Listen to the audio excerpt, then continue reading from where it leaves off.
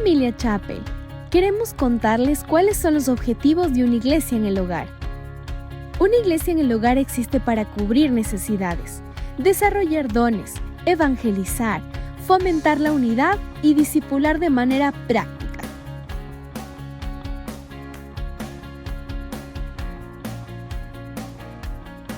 Es un espacio donde crecemos juntos, nos acompañamos, servimos y vivimos la fe en familia. Por eso, te animamos a ser parte de una iglesia en el hogar.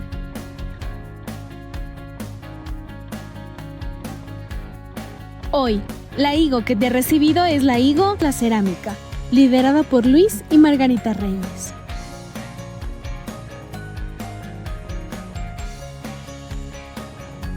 Ahora que ya sabes qué es una higo, vamos, anímate a ser parte de una.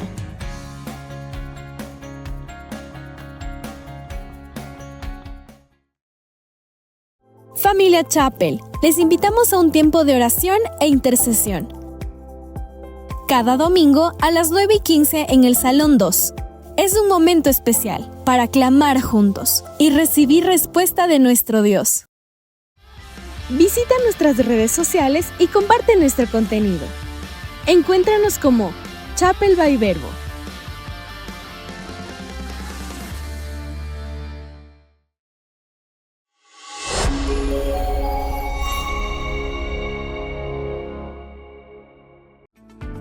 Familia Chapel, este domingo compartirá con nosotros Marcelo Yar, supervisor de Verbo Mañosca, con el tema No pierdas el filo. Toma nota y prepara tu corazón para recibir de la palabra de Dios.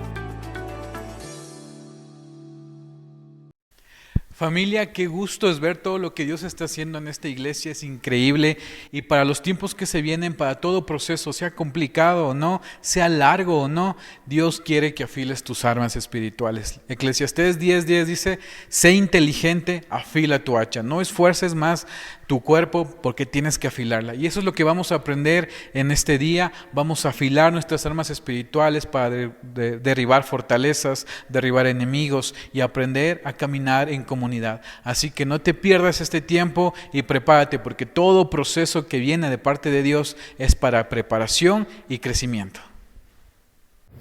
Familia, ¿cómo están?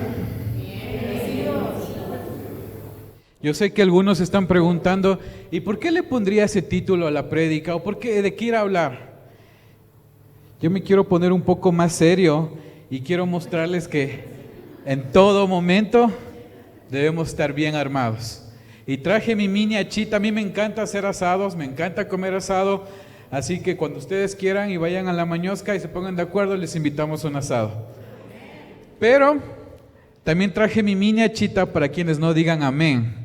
Así que vamos a estar ahí hablando. Ya va a tomar más sentido la prédica y ya van a entender por qué traje mi mini hacha. No se vayan a asustar. Pero antes de empezar, déjenme decirles algo.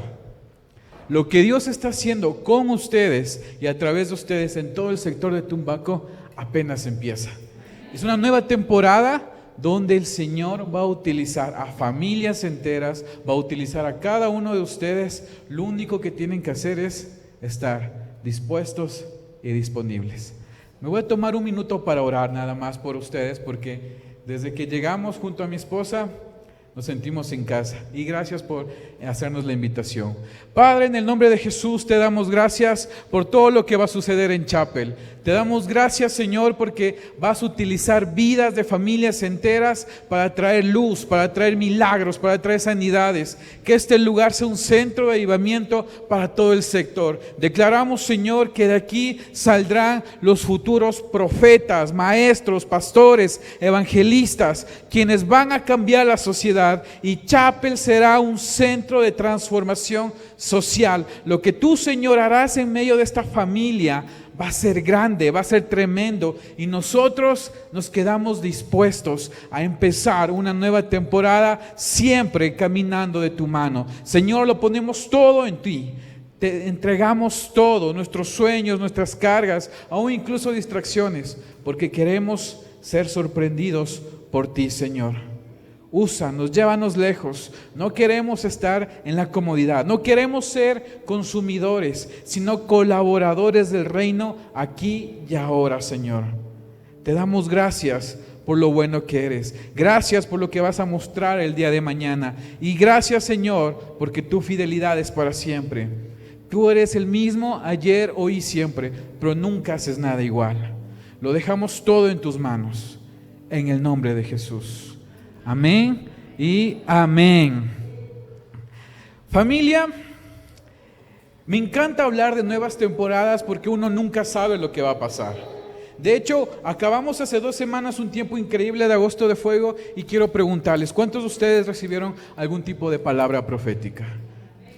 Ok, estamos hablando que casi el 50%. ¿Y los demás?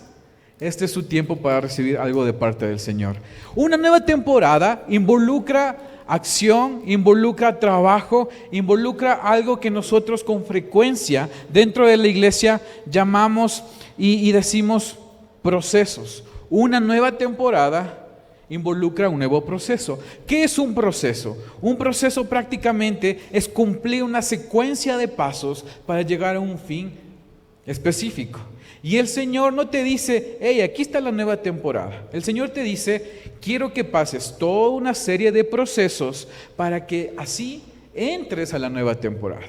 Dicho de otra manera, el Señor nos va a llevar a una serie de eventos, a lo mejor no tan bonitos, hay que ser honestos, pero que nos van a formar para estar adecuados o estar listos para lo que el Señor tiene para con nosotros. Una nueva temporada siempre va a venir con un nuevo proceso. La Biblia dice que los cristianos, que los hijos de Dios, debemos ser lo suficientemente sabios, lo suficientemente entendidos como para entender en qué proceso estamos actualmente. Debemos ser lo suficientemente audaces como para identificar, la nueva temporada está aquí, el nuevo proceso que voy a llevar debería ser este u otro.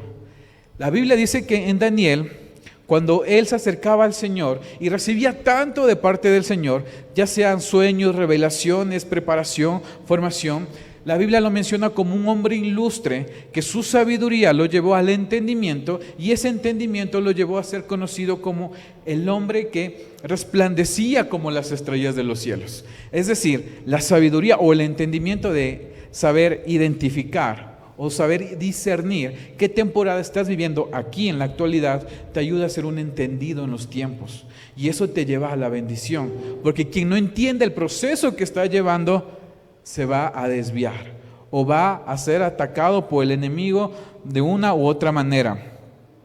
Y yo les quiero llevar a entender un primer principio. Vamos a ver muchos versículos en esta mañana y vamos a entender muchas realidades, pero la primera verdad o el primer principio que quiero que entendamos es que el proceso no es castigo, sino más bien un tiempo de preparación. Por un momento, por unos segundos, traigamos a nuestra mente y recordemos cuál ha sido el proceso más difícil que ustedes han vivido. Puede que sea una prueba, puede que sea algún tiempo de enfermedad, algún tiempo de dolor, algún tiempo de angustia o simplemente un tiempo de desierto que a lo mejor tardó años, se demoró mucho tiempo. Pero traigan a su memoria cuál ha sido el proceso más difícil que ustedes han vivido. Mientras ustedes están recordando cuál ha sido ese proceso, déjenme contarles algo. Si no estoy mal, hace un año ya o ya van a ser 2 años, vivimos un proceso difícil con mi esposa. Y algo interesante de los procesos es que cuando crees que terminaron, apenas empiezan. Y les voy a contar de manera resumida. Ahora lo podemos contar con más calma y tranquilidad porque entendimos que fue un tiempo de preparación. Y resulta que un día sábado, como cualquier otro, llegué a casa y mi esposa estaba tirada en el suelo y se quejaba del dolor y le llevamos al hospital y hasta que la atiendan todo fue un trámite estresante. Pero eso fue más o menos en eso de las 2, 3 de la tarde. Entró a cirugía y lo único que nos dijeron es que ustedes se demoraban 10 minutos más y ella se moría. Tenía una hemorragia interna en donde perdió 5 litros de sangre. Entonces entró a cirugía en eso de las 3 de la tarde y no salió hasta las 2 de la mañana. Entonces, en medio de la incertidumbre y de la noticia que nos daban, me permitieron entrar en el hospital, y como eso era gigante, en un espacio, en un pasillo del hospital, solo me puse de rodillas. Y por un momento uno llega a entender que hay momentos en los que no importa cuántos contactos conozcas, no importa cuánto sepas, no importa tu experiencia, hay momentos en los que lo único que tienes es al Señor y nada más. Cuando estaba de rodillas en medio del pasillo, habían doctores que pasaban, ya era la madrugada, creo que era entre la 1 de la mañana, pasaban, a unos me preguntaban, ¿está bien? ¿No puede estar aquí? ¿Tiene que bajar? Otros enseguida entendía que estaba orando y me dejaban ahí. Y una doctora salió y dijo: ¿puede hacerse a un lado? Yo sé lo que está haciendo usted. Está orando porque su esposa tal vez pudo haber muerto, pero váyase a un ladito. Y cuando me hice más a la esquina del pasillo, lo único que le decía: Señor, no me la quites. Señor, no dejes que ella se vaya. A la final estuvo todo bien. Pasó 2 o 3 días en el hospital, salió, llegamos a casa. Pero cuando llegamos a casa, el proceso apenas estaba empezando. Fue un tiempo largo de recuperación, pero lo más difícil de un proceso, ¿saben cuál es? Es llegar a preguntarle al Señor y decirle: ¿por qué a mí? ¿O por qué a nosotros? Señor, ¿por qué permites que todo esto pase? Señor, si eres bueno y tienes todo bajo tu control, ¿por qué hay ocasiones en las que permites que las cosas se pongan tan fuertes, tan preocupantes o simplemente tan dolorosas? Señor, ¿por qué permites eso? Yo siempre utilizo la expresión de que el Señor siempre te lleva al borde de un barranco y tú das el paso y el Señor pone el piso. De eso se tratan los procesos. Van a haber un montón de incertidumbres, un montón de preguntas, pero la verdad es que el peor proceso que tú has vivido ha sido un tiempo de preparación para que puedas recibir lo nuevo de parte de Dios. Costó mucho entender eso. Nos cuesta mucho. A veces hay la intención de decir: ok, me siento desamparado de parte de Dios. No quiero buscarlo. No quiero leer la Biblia. No quiero ir a la iglesia. No quiero ir a la iglesia en el hogar. Es común este pensamiento humano. De hecho, el mismo Jesús dijo: no quisiera pasar esta copa amarga, Señor, no me la permitas pasar. Pero al final Jesús levantó una expresión que puede ser una de las expresiones o declaraciones o tal vez oración más importante de toda la historia. Y Él dijo: hágase tu voluntad y no la mía. Si el mismo Jesús quiso arrojar la toalla, ¿cuánto más nosotros en un momento de dificultad? Hay momentos en los que nos queremos que nadie nos hable, que nadie se acerque, que nadie te diga nada. Pero la primera verdad que vamos a aprender hoy o a recordar hoy es que el proceso más difícil que has pasado ha sido para prepararte. No ha sido para detenerte, no ha sido para destruirte, ha sido para que puedas estar preparado para entrar y recibir una nueva temporada de parte de Dios. Y para esos procesos necesitamos estar armados. Así que por favor, vamos a leer 2 de Corintios capítulo 10, versículos del 3 al 4. Y Pablo dice: sí, es cierto, vivimos en este mundo, pero nunca actuamos como el mundo. Para ganar nuestras batallas, para destruir las fortalezas del mal, no empleamos armas humanas, sino las armas del poder de Dios. Pablo entendía muy bien lo que son los procesos. Y él decía: en el medio del proceso que tú estés viviendo o que el Señor te permita vivir, vamos a estar vulnerables, y para eso necesitas sí o sí tener tus armas espirituales. Porque hay algo que la Biblia menciona, que son las fortalezas. Y las fortalezas son estos pensamientos que se pueden arraigar mucho en tu corazón y que pueden cambiar el rumbo de tu vida. Por ejemplo, si estás pasando un proceso de dificultad muy fuerte, puede ser de salud o económico o espiritual o familiar, de cualquier índole, pero en ese momento puede tu mente decir: es que Dios no te quiere. es que no eres lo suficientemente experto o no tienes la suficiente experiencia o capacidad para avanzar. Mejor estabas sin Dios a como estás actualmente. Son los pensamientos que surgen. Y Pablo entendía esto y dice, hey, cuidado con el tipo de fortalezas que pueden llegar a sus vidas. Necesitan armas para contrarrestar, para atacar ese tipo de fortalezas. ¿Por qué? Porque cuando un pensamiento empieza a crecer en tu corazón, tu estilo de vida cambia, tu manera de pensar cambia, todo a tu alrededor cambia. Y es más difícil acercarte a Dios. Y también es más difícil que permitas que otras personas se acerquen a tu vida. Y es obvio, en el momento de dolor, como sientes que Dios te ha dejado, sientes que nadie te quiere, que nadie te apoya, lo único que piensas es, estoy solo. ¿Para qué seguir? Así me siento mejor, o Dios no me entiende, Dios no me escucha, los demás no me entienden, ya para qué voy a ir a la iglesia. Y cuando llegas a ese punto, es más difícil levantarte. Por eso Pablo dice, hey, recuerden algo importante. Iglesia de Chapel, recuerden algo importante. Esto es muy importante. Pablo hace esta declaración a Timoteo y le dice, no te enredes en asuntos de esta vida, porque ello no agradaría a aquel que te llamó por soldado. Si bien es cierto, todos y cada uno de nosotros somos hijos e hijas de Dios. Somos siervos, somos sacerdotes, somos ministros. Estamos llamados a compartir de las buenas nuevas de salvación. Tenemos todo con Cristo. Todos somos una familia, somos hermanos. Pero también la Biblia dice que estás llamado a guerrear. Pablo hace la comparación y dice, no te enredes en cosas que no te competen, porque tú eres un soldado militante activo del reino de los cielos.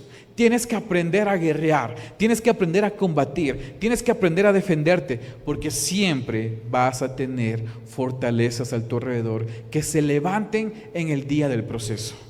Los procesos no son malos, de hecho vienen para llevarte a crecer, para llevarte a formar carácter, para tener madurez, para cambiar mentalidades, para sanar, para restaurar. Pero sí, bien es cierto, es que ningún proceso es fácil.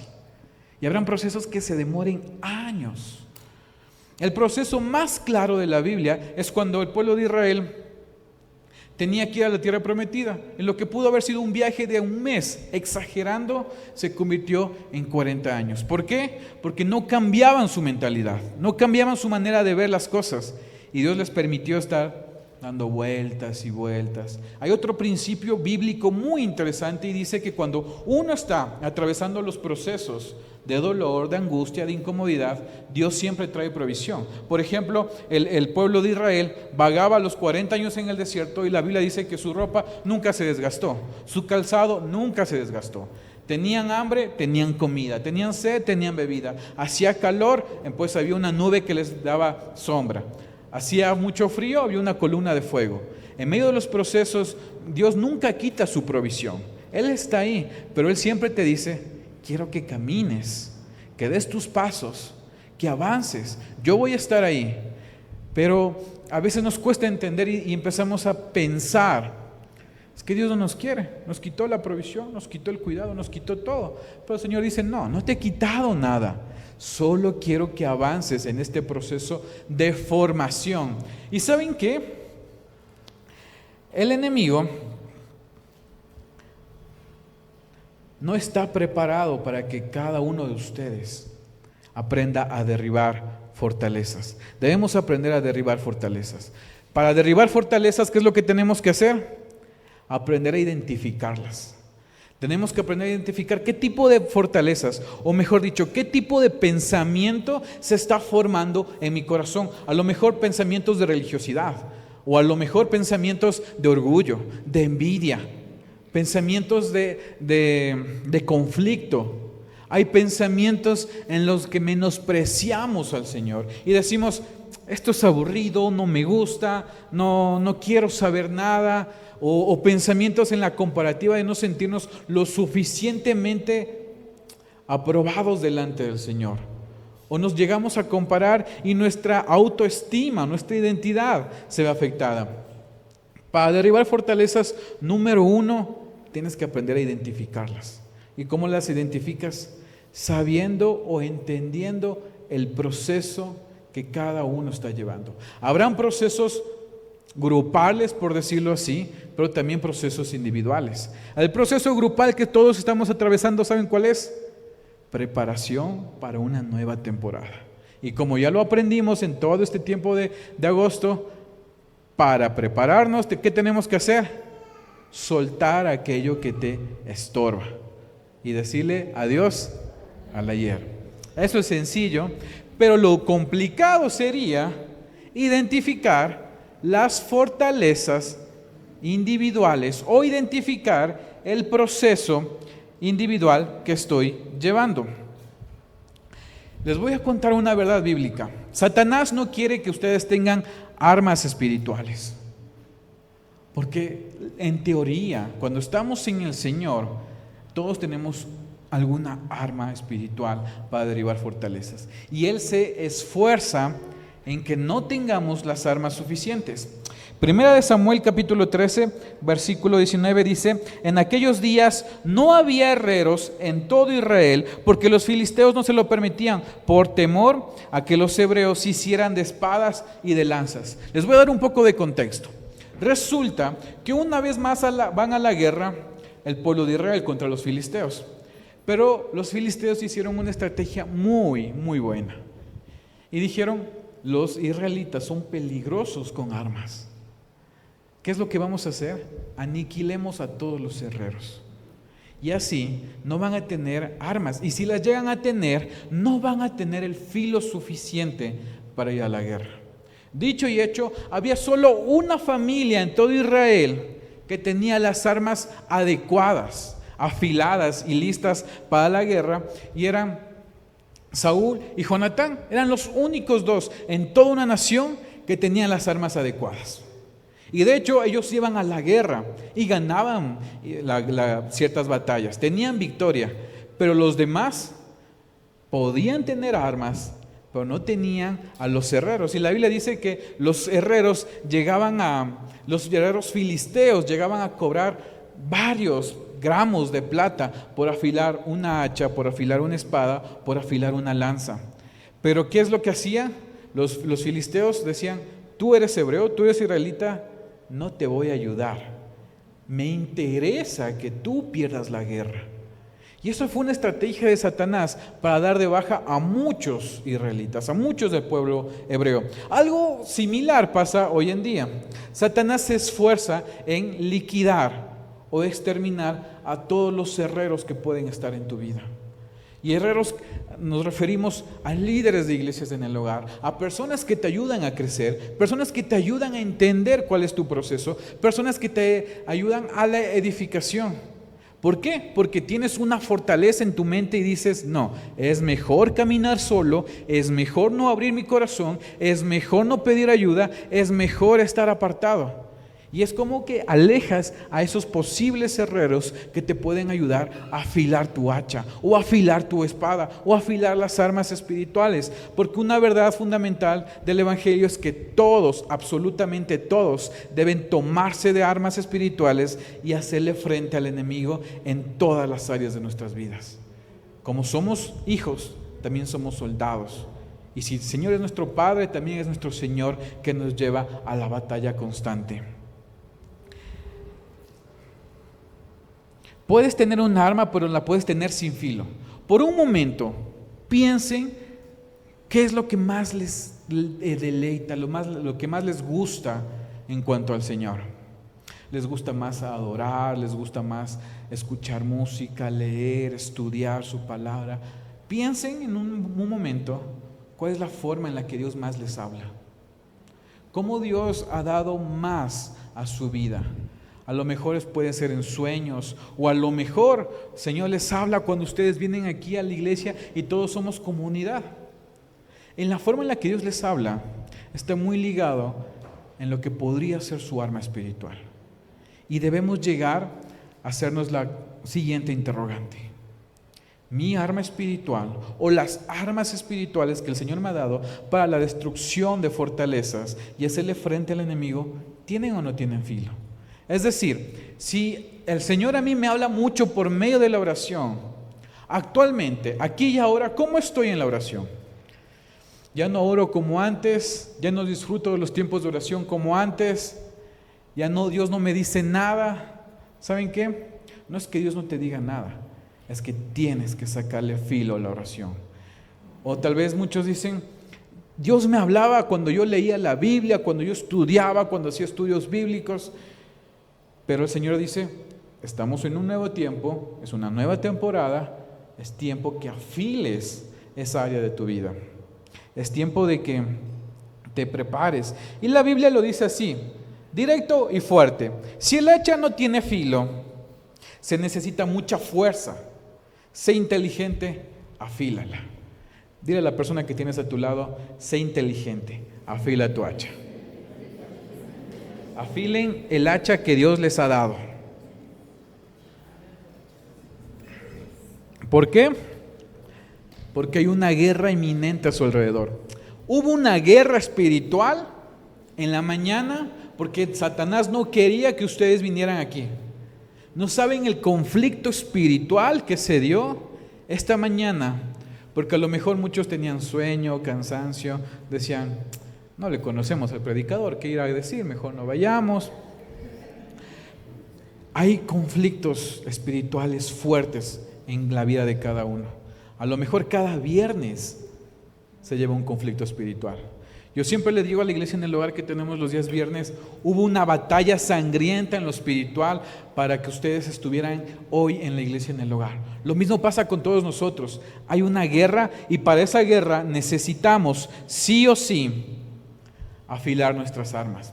Por eso vamos a compartir hoy 4 realidades o 4 principios para estar bien afilados y no permitir que ni Satanás ni ninguna fortaleza nos detenga y nos aplaste en el proceso para que así nos impida avanzar en la nueva temporada. Y lo primero es que la intimidad afila tu hacha.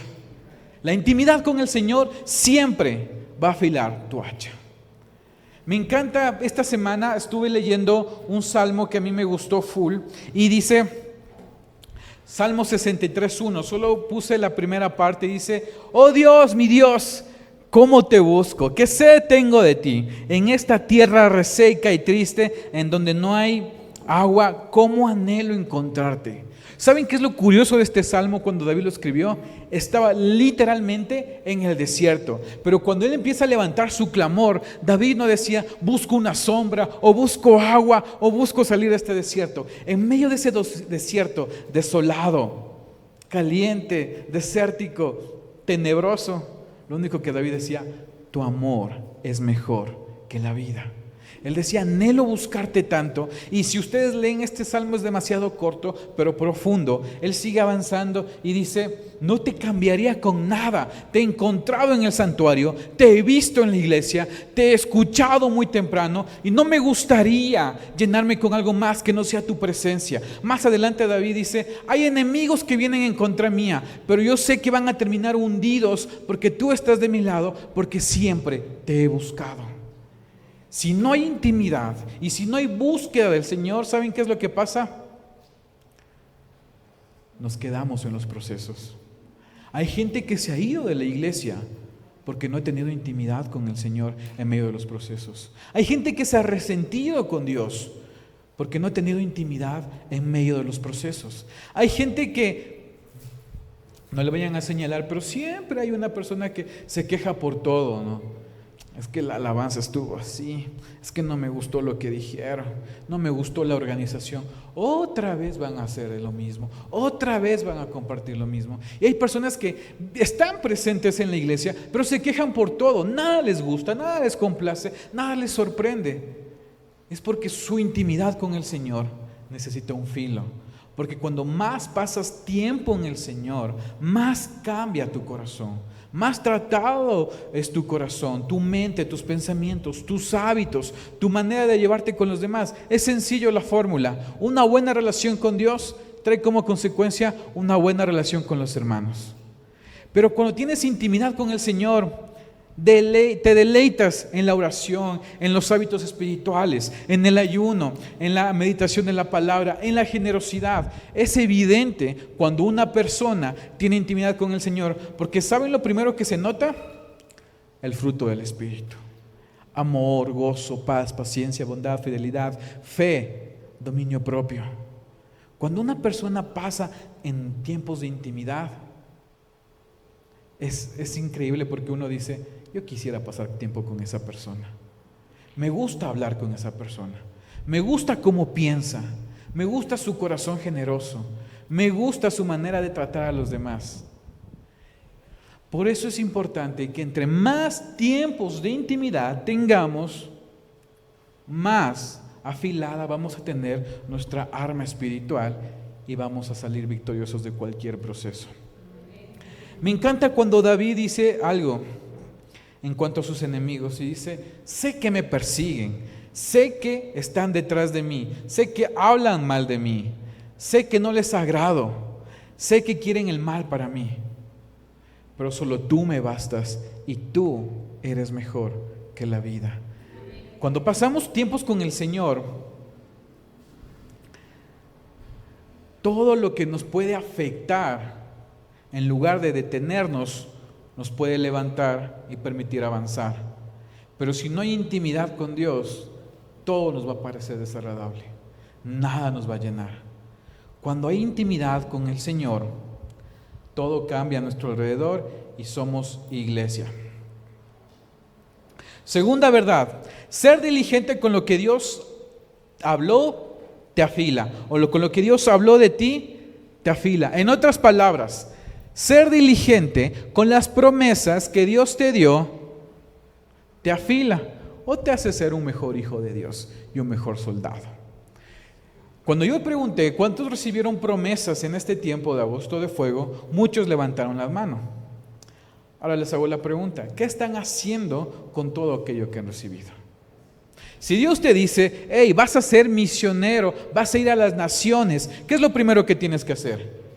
Prepararte, estudiar la palabra, estudiar un nuevo idioma, estudiar, por lo menos sacar la visa, porque si Dios te va a llevar a las naciones, si no tienes visa, no te va a llevar ni a Chillogallo, pero tienes que estar lo suficientemente preparado, porque tú mismo puedes ser un obstáculo para lo que Dios ya dijo. La palabra de Dios, las profecías, las promesas, no pueden llegar a cumplirse si no tienes la suficiente diligencia, responsabilidad y compromiso para permitir que se cumplan.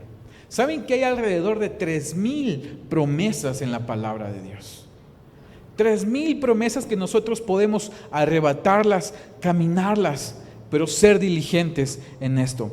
Y déjenme decirles lo que dice Pablo a su Timoteo, o a Timoteo le dice, hijo mío, le amaba como un hijo. Las cosas que te pido hacer están de acuerdo con las profecías que se dijeron acerca de ti. Si cumples con ellas, serás como un buen soldado que sabe pelear o que sabe batallar. Entre más consciente o sentido de responsabilidad tengamos en cuanto a lo que Dios dijo de manera profética y en cuanto a lo que dice en su palabra, vamos a ser buenos guerreros en el momento de dificultad. Pablo le dice, verás, no te distraigas, porque ya le dice varias menciones a Timoteo. Le dice, a ver, eres un soldado, no te enriedes en cosas innecesarias. Le dice, hay fortalezas, prepara tus armas. Ahora le dice, recuerda las profecías que se dijeron sobre ti. Si eres diligente en cumplirlas, en vivirlas, en anotarlas, en prepararte, en buscar, en rodearte de personas adecuadas, vas a ser un buen soldado. Pero si solo las recibes, te emocionas, te alegras por un momento y quedan ahí, has detenido el mover de Dios en tu vida y eres un pésimo soldado. Pablo le dice esto a Timoteo y lo trata como a un hijo, porque Timoteo estaba en un pleno proceso de crecimiento espiritual y Pablo ya sabía todo lo que él iba a enfrentar. Y le dice, verás, puedes ser diligente en todo, puedes ir a la iglesia, puedes capacitarte, puedes ser responsable, puedes ser un excelente trabajador, un excelente profesional, puedes tener un círculo social bastante grande, pero si no eres diligente con las promesas, por más pequeña que ésta haya sido, entonces eres un pésimo soldado y vendrán fortalezas que te van a destruir. Bueno, Pablo lo dice como un padre espiritual y empieza diciéndole: hijo mío, las cosas que te pido hacer están de acuerdo con las profecías que se dijeron acerca de ti. En otras versiones dice: no se te ha dicho nada más que esté acorde a las profecías que ya recibiste tiempo atrás. Las profecías no son solo para emocionarnos en el momento o para mantenernos emocionados o traer una sensación de gozo y de alegría. Las profecías son para ponernos a trabajar. Yo no sé cuántas profecías Dios ha dado a Chapel, pero sí sé que es tiempo de ponerse a trabajar. Yo no sé cuántas profecías personales han recibido ustedes, pero sí es tiempo de recordarlas, de sacarlas del bolsillo muchas veces y decir: si Dios me dijo que voy a ser un líder, entonces tengo que ser el mejor líder de todos. Si Dios me dijo que voy a tener tal ministerio o voy a estar involucrado en este ministerio, entonces voy a dar lo mejor de mí. Voy a dar todo lo que está a mi alcance y lo que está en cuanto a la milla extra. Otro principio es caminar en comunidad. Vamos a resumir, este es uno de mis versículos favoritos y es Hechos 2, 42 al 47. Caminar en comunidad afila, ¿saben por qué? Porque la iglesia del primer siglo, la mal llamada iglesia primitiva, no me gusta llamarla iglesia primitiva porque de primitiva no tenía nada, pero en el libro de Hechos, en el capítulo 2, nos empieza a describir perfectamente características que los apóstoles ya tenían hace más de 2000 años y que debemos mantener hasta el día de hoy. Y la Biblia dice que lo primero que hacían es compartir el mensaje de los apóstoles. Es decir, no se descuidaban de ninguna prédica o enseñanza bíblica. Segundo, ¿qué es lo que hacían? Compartían sus bienes y no dejaban que nadie se quedara desamparado. Y también iban y evangelizaban. La Biblia dice que compartían todo, tenían en la mesa, siempre iban al templo, siempre oraban, se mantenían en comunidad. Y lo que me encanta, dice en el versículo 46 y 47, dice que la comunidad que no era cristiana los amaba tanto porque tenían un buen corazón, porque sabían ser comunidad.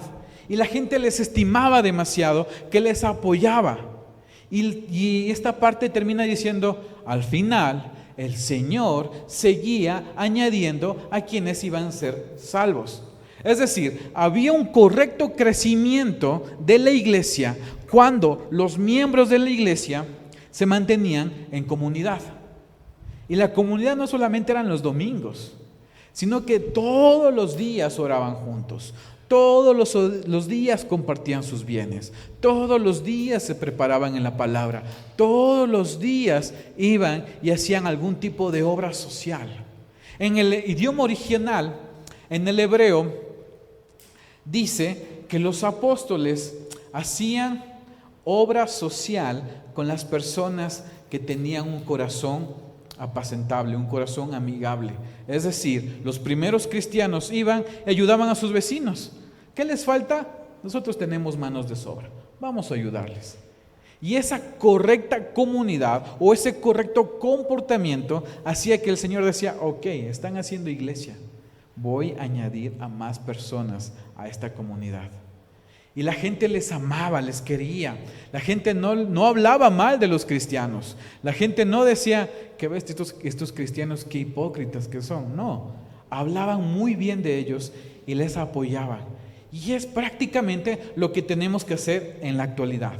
Vivir en comunidad afila tus armas espirituales. Vivir en comunidad, en vivir siendo iglesia, puede ser un poco difícil, porque vas a estar tratando con el carácter de las personas a tu alrededor, porque vas a estar tratando con la forma de pensar de las personas. A veces quieres planificar o hacer algo, pero la otra persona no está de acuerdo o no le gusta tu estilo y tu forma, y eso te cuesta. Pero al final vale la pena vivir en comunidad, vivir compartiendo lo que uno tiene, vivir creciendo. ¿Cuántos de las casas alrededor saben que hay una iglesia? Ese puede ser un desafío. Que la gente conozca, que los vecinos de este conjunto o la gente que está en la esquina sepa que hay una iglesia cristiana en la hostería y que esa iglesia cristiana se caracteriza por el corazón bondadoso, diligente y amoroso de sus miembros. Que la gente diga, no diga es una iglesia más, sino diga yo quisiera ir a esa iglesia. Algo increíble está pasando. Se llevan bien entre ellos, comparten todo. Me gustaría ser parte. Y ese no es un desafío solamente para Chapel, porque es un desafío para todos nosotros. En nuestras iglesias, en el hogar, los vecinos a nuestro alrededor deberían saber que hay una iglesia cristiana o un centro de formación o un centro pequeño, integral, que llamamos iglesias en el hogar, y los vecinos digan, quisiera estar ahí. Ahora, la realidad es difícil, claro que sí, porque hay mucha gente que tiene falsos conceptos de los cristianos. Y de hecho, si ustedes buscan en internet, siempre va a haber la expresión de cristianos hipócritas, cristianos mal hablados, cristianos fríos o tibios. A veces nos cuesta tanto, pero tanto mostrar y reflejar el carácter de Cristo. Pero la única manera de ser tratados es de caminar en comunidad. La gente o se hace cristiana por una o dos razones. Una, porque conocen a un buen cristiano o porque conocen a un mal cristiano. La gente dice, yo no quiero ser como él, me voy a la iglesia y voy a ser un buen cristiano. O la gente dice, él es un buen cristiano, una buena cristiana. Quisiera convertirme al Evangelio por lo que Él ha hecho. Y ese es nuestro desafío. Debemos caminar en comunidad. Debemos mantener las costumbres, las enseñanzas, la esencia, el ADN de la iglesia del primer siglo y mantenerlo hasta hoy. Si yo les preguntara cuáles son las características de por qué la gente, cristiana o no, conoce a Chapel, ¿cuáles serían? La respuesta está en Hechos 2:42. Por cómo se tratan, por la vida en comunidad que tienen, por cómo leen la palabra, por cómo oran, por cómo comparten y por cómo se llevan con las demás personas. Yo sé que puede ser confrontante porque cuando estamos en la iglesia es amoroso, les damos un abrazo, compartimos, nos reímos, pero cuando salimos el vecino de al lado no colabora, las personas no colaboran. Uno quiere ser buen cristiano, quiere ser un buen reflejo de Dios aquí en la tierra, pero a veces simplemente no colaboran las personas. Lo mejor que podemos hacer es seguir caminando en comunidad. Que aunque tal vez nos reunamos los domingos, la esencia no se pierda entre semana. Las buenas costumbres no se pierdan entre semana. Pero ¿saben qué? También hay algo importante. Todos necesitamos personas que nos confronten, que nos animen y que peleen con nosotros. Les voy a contar una historia. La base de esta historia es que cuando tú estás cansado, cuando tú estás agotado por diversas actividades, eres más vulnerable. Y hay una historia que a mí me encanta, no sé si ustedes la recuerdan, pero esta historia está en 2 de Samuel, capítulo 21, versículos del 15 al 17. Y les voy a resumir. Resulta que Israel estaba en guerra. David era un excelente rey, un excelente líder, pero la Biblia dice que después de un montón de guerras ya estaba agotado. Y un día David se le ocurre y dice, vamos a ir a una batalla más. Ya he hecho esto antes, ya he tenido victoria, les vamos a ganar, contamos con el favor de Dios, y se va. Pero resulta que se enfrenta con un gigante llamado Esbi-Benot. Y Esbi-Benot no era tan gigante como Goliat, era más pequeño, era uno de los pocos gigantes que quedaban. David se enfrentó a varios gigantes. Y resulta que Esbi-Benot estuvo a punto de matar a David. Esbi-Benot fue uno de los gigantes a los que David no pudo ganar. David casi no la cuenta, estuvo a punto de morir. Resulta que llega uno de los mejores amigos de David que se llamaba Abisai. Abisai llega, se pone entre Esbi-Benot y David y mata al gigante. La Biblia dice que por tantas batallas, por tanto agotamiento, David estuvo a punto de perder la batalla, pero llegó el mejor amigo de David, o uno de los mejores amigos de David, y él batalla con Esbi-Benot y le gana. Y después dice: David, no nos hagas esto. Si sales a la batalla tú solo, nos podíamos quedar sin líder. Otras versiones dicen: la luz de Israel pudo haberse apagado si es que tú perdías esta batalla. Porque Esbi-Benot no venía con las ganas de amedrentar, o no venía con las ganas de amenazar e infundir miedo. Él venía con las ganas de matar a David. Y ese fue, en todo el currículum de David, fue el único gigante que no pudo ganar. ¿Por qué? Porque estaba cansado. Y todos nosotros vamos a atravesar momentos de agotamiento, de cansancio. Ya sea en lo ministerial, ya sea en lo profesional, ya sea en lo familiar, ya sea en lo personal. En toda área vamos a vivir momentos de cansancio, de agotamiento. Necesitamos personas que nos levanten y que peleen con nosotros. Necesitamos a buenas amistades que te digan: esto está mal, te amo, pero esto lo que estás haciendo está completamente errado y necesitas cambiar. Y además de eso, voy a estar contigo, te voy a apoyar, te voy a bendecir, voy a estar contigo. Necesitamos sí o sí esas personas. Pero ¿saben cuándo surgen esas personas? Cuando vivimos en comunidad. Vivir en comunidad, una de las mejores consecuencias es que puedes encontrar amigos de batallas, amigos de luchas, amigos de guerra que te van a sostener, que te van a impulsar, que te van a ayudar a matar gigantes espirituales en tu vida. Y si ya los tienes, bendícelos. La Biblia dice: el que quiera ser amigo, muéstrese amigo. El que quiera amigos, viva en comunidad y va a encontrar a sus amigos. Nosotros como familia tenemos amigos, como pareja tenemos amigos que nos han levantado, que nos han ayudado. En el ministerio tenemos personas que han batallado con nosotros, que han reído cuando hay que reír, que han llorado cuando hay que llorar, pero siempre han estado ahí. Y de una u otra manera, si no tenemos amigos o amistades que nos levanten y nos ayuden a derrotar gigantes, lo más probable es que perdamos en el momento del proceso. Lo más probable es que crezca una fortaleza mental en nosotros y perdamos las batallas.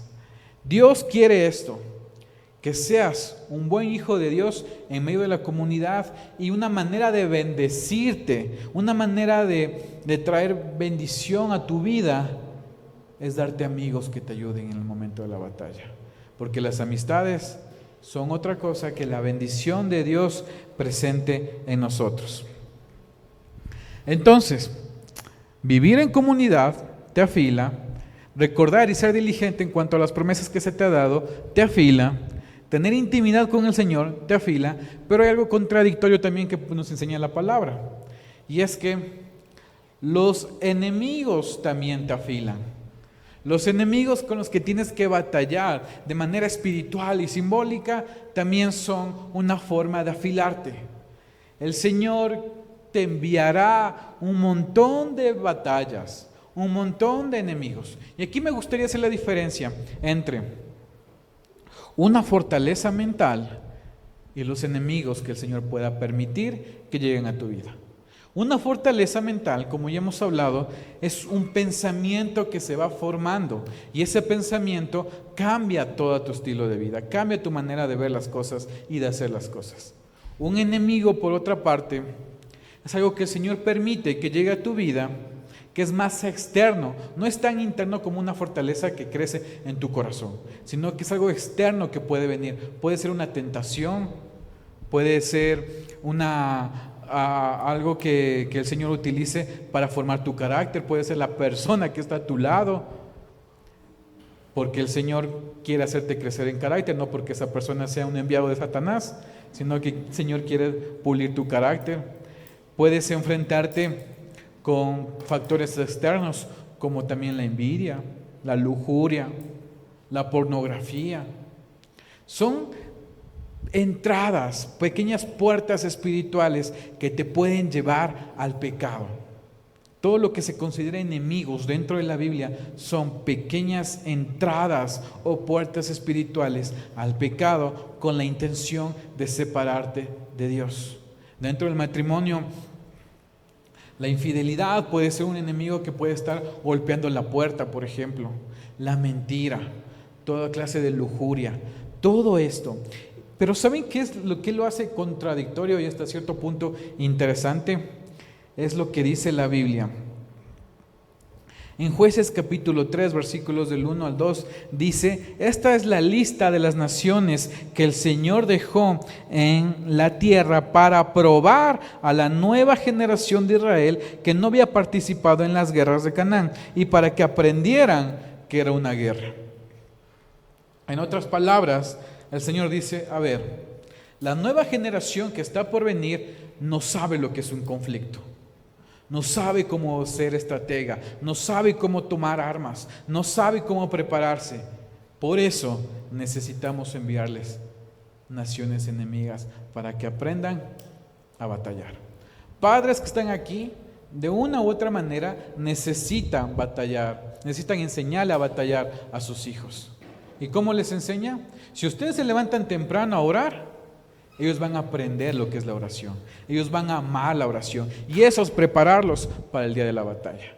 Padres que están aquí, cuando ustedes adoran y sus hijos los ven, es la mejor manera de prepararlos para cuando sea el tiempo de adorar de corazón. El Señor dice: a ver, vamos a enviar toda una nación, 5 naciones específicamente, que el Señor envía para que sean enemigos de Israel. Y entre esos enemigos estaban los hititas. Los hititas eran una nación exclusivamente formada para la guerra. El Señor a lo mejor pudo haber escogido a las naciones que no tenían experiencia en la guerra con el fin de que la nueva generación aprendiera a guerrear. Pero no, el Señor dijo: vamos a enviarles a los más difíciles, a los más problemáticos, a los más conflictivos, a los que asesinaban a sangre fría. Entonces le dice a Israel, en el tiempo de los jueces: preparen a la nueva generación. Parte de prepararse para la guerra, o cómo sé que estoy preparándome para la batalla, es que a la par estoy preparando a alguien más. Puede ser nuestros hijos, nuestros familiares, pero también puede ser la nueva generación que se está levantando. Parte de saber que estoy haciendo lo correcto es saber levantar, impulsar, apoyar a la nueva generación. Porque los enemigos que vamos a enfrentar, Dios mismo los envía en ciertas ocasiones. Porque hay batallas que nosotros nos enfrentamos por nuestra propia manera de pensar. La Biblia dice: no hagas esto. Y nosotros, por probar, lo hacemos y estamos en medio de un conflicto. Estamos en conflictos cuando el enemigo quiere atacarte, el enemigo quiere robar, quiere matar y quiere destruir. Pero también habrán conflictos, guerras y batallas que el Señor te ponga con la finalidad de que aprendas a guerrear o aprendas a crecer. Hay 3 formas en las que nos enfrentamos los conflictos. Independientemente de cuál sea esta, siempre tienes que estar formando a alguien. Siempre tienes que estar preparado para la batalla. De una u otra manera, prepara tus armas. Pablo le dice a la iglesia de Corinto: hey, recuerden esto. Nuestra lucha no es contra sangre ni carne. Y Pablo entendía muy bien, porque hacía tantas analogías entre la carrera de la fe, entre esto se trata como una vida de soldado, el cristianismo se trata como guerrear espiritualmente, Pablo habla como ser un padre espiritual, habla de mucho, pero se enfoca en ciertas historias bíblicas o en ciertos puntos bíblicos de que la guerra es eminente. No la podemos ver, pero siempre tendremos a alguien para batallar. ¿Y contra quién batallar? Entonces, parte de nuestra sabiduría y crecimiento es saber identificar fortalezas, pero también enemigos espirituales. Y hay gente que siempre batalla con lo mismo, años y años batallando contra lo mismo. Uno ya le puede aconsejar, puede orar, puede acompañarlo, lo puede discipular, pero una vez cae otra vez en lo mismo. A lo mejor el Señor permitió eso para que creciera, pero como su manera de pensar no ha cambiado, sigue enfrentándose en lo mismo y en lo mismo. Tiene que afilar a esa persona sus armas espirituales mediante la intimidad, la comunidad, ser diligente con la palabra y entender que los enemigos tienen como finalidad prepararte para la batalla. La segunda pregunta: ¿qué estamos haciendo nosotros actualmente para preparar a la siguiente generación? La Biblia dice que el Señor dejó en la tierra para probar a la nueva generación de Israel que no había participado en guerras, que no sabía nada, no tenía experiencia. Hay una generación detrás de cada uno de nosotros que está expectante, tiene energía, tiene corazón, tiene pasión, pero siempre nos mira a nosotros como un modelo de hermanos mayores, siempre nos mira a nosotros como un modelo de iglesia, y es nuestra responsabilidad ayudarlos a crecer y aprenderles a enseñarles a que tomen sus armas y batallen. La pregunta es: ¿qué estamos haciendo nosotros? La persona que no está preparando a la nueva generación, entonces significa que no está listo para la batalla, y significa que en un momento menos pensado cualquier proceso lo puede detener. Y ojo, tal vez ustedes digan: pero esa no es mi responsabilidad. Es responsabilidad de los líderes, es responsabilidad de los ancianos, es responsabilidad de la gente de la iglesia, es responsabilidad de todos y de cada uno haber enfrentado la guerra espiritual, pero también preparar a la generación que tenemos cerca. Pueden ser nuestros hijos, pueden ser nuestros nietos, pueden ser nuestros sobrinos, pueden ser personas más jóvenes, pero tenemos que ayudarlas. A este punto,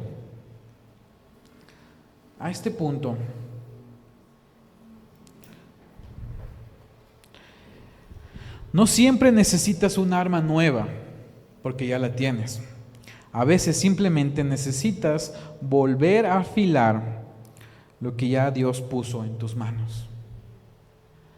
Dios no hace cristianos en serie. A todos nosotros nos ha dado una personalidad única. Todos somos únicos delante del Señor. Y lo que el Señor ha puesto en tus manos es único y especial. Pero es tu responsabilidad sacarle filo. Es tu responsabilidad ponerte a trabajar. Tendrás gente a tu alrededor y gloria a Dios por eso. Abro un paréntesis y les digo: familia, oren por sus autoridades. Bendigan a sus autoridades. Porque liderar, pastorear, discipular no es fácil. Necesitan mucho de Dios. Necesitan fortaleza, sabiduría, amor. Por eso, oren por sus autoridades. Que si Dios las puso, son esos herreros que les van a ayudar a afilar sus armas. Cierro paréntesis. No te busques comparar con nadie. No busques lo que otro tiene. No busques lo que otro ha conseguido. Busca lo tuyo propio, porque el Señor ha puesto en ti sabiduría, conocimiento, unción y armas espirituales. Uno, cuando se levanta delante de Dios, cobra visión, fortaleza, entiende su propósito, su llamado, y podemos alcanzar grandes cosas. Imaginen qué podemos alcanzar cuando caminemos juntos como hermanos, batallando hombro a hombro. Me encanta siempre hacer las analogías de guerras, de batallas, porque mi mente se imagina cómo habrá sido en los tiempos de Israel cuando tenían que irse a la guerra. ¿Saben cuál es un principio bíblico importante? ¿Saben qué es peor que estar en la guerra? ¿Saben qué es peor que estar en medio de una guerra complicada? Estar en una guerra y no saber que estás en una. Tienes que saber que siempre habrá un día de batalla. Y me encanta hacer estas analogías porque la manera en la que Dios se manifestaba para traer victoria en medio de la guerra es única. No la veo en otra manera. Cuando Dios venía y acudía para traer victoria, su presencia o su manera de entrar en escena es única. Porque cuando crees que todo está en tu contra, el Señor batalla a tu favor. Podrás enfrentarte a ejércitos, enemigos, fortalezas, ataques sanguinarios por parte de Satanás. pero la Biblia dice por medio de Jesús, más poderoso es el que está en mí que el que está en el mundo. Nunca descuiden los procesos ni los días de conflicto, porque Dios quiere que todos batallemos. Así que volvemos a lo inicial. ¿Se acuerdan que les decía? Piensen en su mayor proceso, en su mayor desierto, en su mayor prueba, en su mayor dificultad. ¿Ya lo pensaron? Déjenme decirles algo. No se compara en nada con lo que viene. Y no quiero ser desalentador, no quiero ser pesimista, pero todavía hay batallas que enfrentar. Todavía hay procesos que están por llegar y pueden ser más difíciles de los que ya han enfrentado antes. Pero tranquilos, la victoria está asegurada. La victoria viene cuando estemos con nuestras armas bien afiladas. Pongámonos de pie.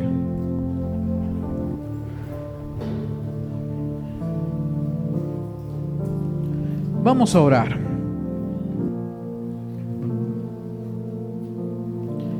Allí donde estás, pide al Señor que te prepare para las batallas. No es de cristianos estar en una vida calmada y sin conflicto. Un hijo de Dios va con el Señor y se enfrenta a los más grandes gigantes. Un hijo de Dios, una hija de Dios, de rodilla ganas batallas. Cuando te postras, ganas batallas. Cuando vas delante del Señor, la victoria está asegurada. Yo no sé qué proceso estás pasando en este preciso momento. No sé cuáles son las pruebas que estás enfrentando. No sé cuál es el proceso que tal vez ya te ha llevado a pensar que no vas a salir victorioso. Pero en esta mañana te digo, pelea, porque el Señor está contigo. En esta mañana te digo, el Señor tiene victoria y la va a traer en la medida en la que abras tu corazón a tener intimidad, a caminar en comunidad, a ser diligente y al entender que los enemigos que tienes enfrente van a ser pisoteados. No importa cuántos enemigos sean, no importa cuántas pruebas tengas, no importa cuán largo haya sido el proceso, el Señor camina contigo y tú vas a caminar con el Señor. Padre, en el nombre de Jesús te damos gracias, porque no nos queremos quedar tranquilos ni quietos. Queremos ir a la acción. Queremos ir y batallar, Señor. No nos queremos dar por vencidos antes de empezar.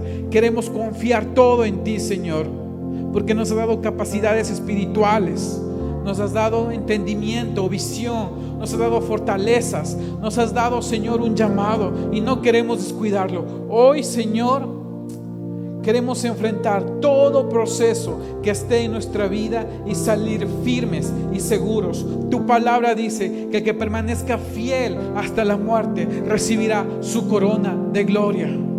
Señor, aquí está toda una generación de hijos e hijas tuyas, firmes, dispuestos y disponibles para batallar, pero dispuestos también a proclamar tu nombre, Señor, en nuestros trabajos, en nuestras empresas, en nuestros estudios, en nuestras familias, con nuestras personas a nuestro alrededor. Con todos estamos dispuestos a mostrar que tú estás con nosotros, Señor. Nunca es demasiado tarde para proclamar tu nombre y decir que somos hijos tuyos. Queremos marcar la diferencia y hoy las armas espirituales que nos has dado, Señor, las ponemos delante de ti, para que estén afiladas y nos vayamos a la guerra con la finalidad de derribar gigantes, con la finalidad de cortar cadenas generacionales, de dejar el orgullo atrás, de dejar la envidia atrás, de dejar, Señor, toda cadena de amargura y de temor atrás. Todo aquello que nos impedía avanzar, lo cortamos y lo hacemos a un lado. Hoy ponemos nuestra mirada en ti, Señor.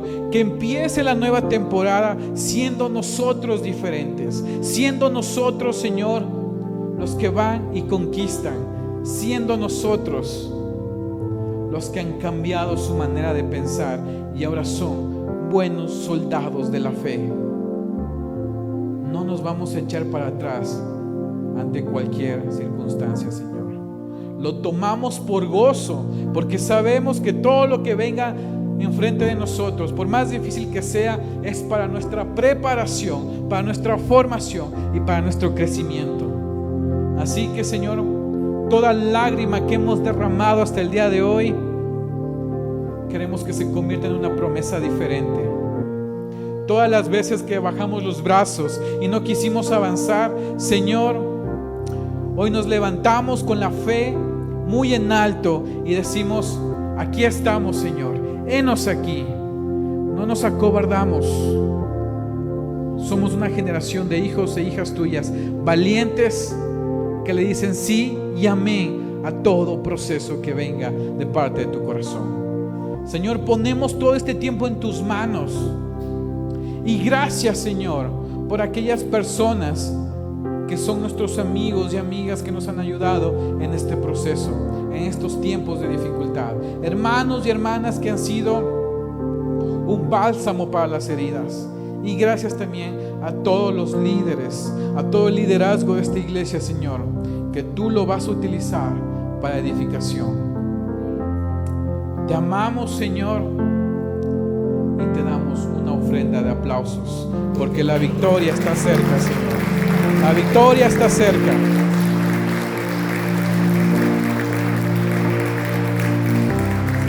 En el nombre de Jesús. Amén y amén.